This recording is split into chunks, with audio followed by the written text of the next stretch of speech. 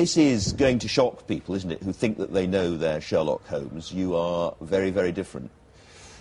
You don't smoke, for a start. I don't smoke, no, but I think, you know, he is an obsessive. He is exceptionally brilliant and charming, and I think there's a vast amount for fans of the original Conan Doyle novels to enjoy. The references from the two brilliant writers, Mark Gatiss and Stephen Moffat, who originated the idea of modernising him, have littered all three, in fact, episodes with detail which is directly transposed from the books. So, and the basic premise to set up the relationship, the house, some of the other characters, Mrs. Watson, Mrs. Watson, plot giveaway, Mrs. Hudson, and who else? Lestrade. Yeah, so lots of them. We're going to see a very short clip of it, so people get some idea of what we're talking about.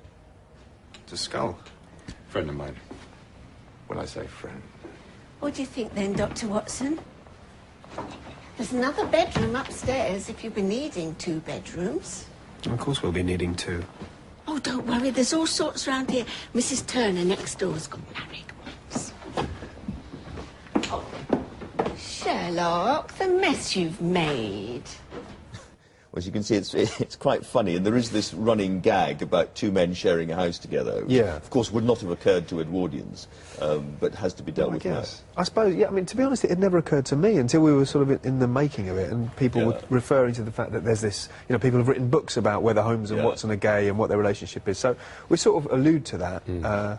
And it's quite dark. I mean, it's got some good dark aspects to it. You are clear. You've come back from the Afghanistan as the original Watson had come back from the second Afghan war. Yes, that's right. But you've got post-traumatic stress syndrome, which certainly they didn't have in the 1880s. They know that wasn't invented then. And in the same way that the original books were all done, you know, were all written, so to speak, by Watson. It was all his diary entries and his version of the events of the cases. So. Now, my Watson has been advised by his therapist to write a blog in order to get his post-traumatic stress disorder out. So, so I write up the cases, and so that's the way that we sort of are able to refer to them in the future. And when you're doing your Sherlock Holmes, Benedict, I mean, presumably you'd read a fair amount of Arthur Conan Doyle to prepare for it. Yes, I did, and I did read some during as well, and I think that was the safer thing to do rather than looking back to the brilliant Brett or Rathbone or more recent Downey Jr.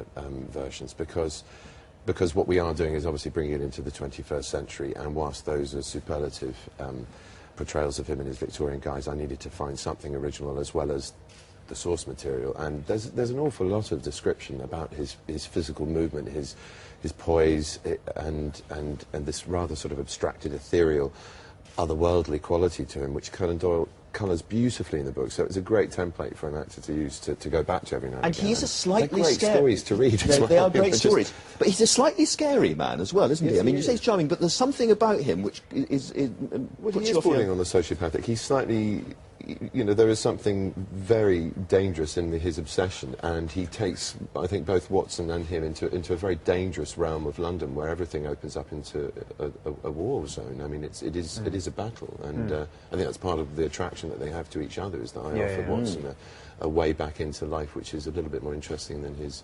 non-military career.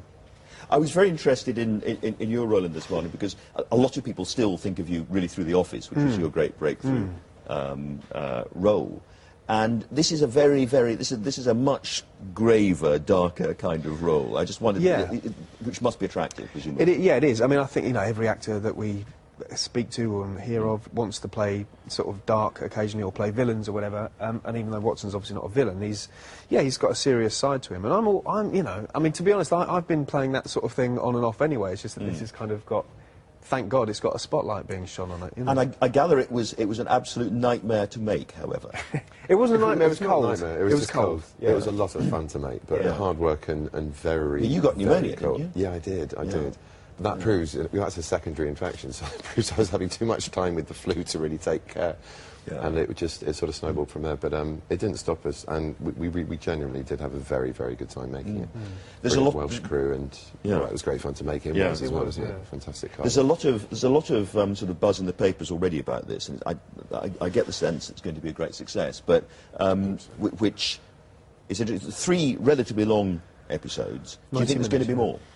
I hope so. I hope I so. really hope so. Because there are, as you say, there are so many Ben stories. Stevenson and the other grown-ups upstairs, but I really do hope so, and I hope audiences take to it this evening, and we'll see from there, really.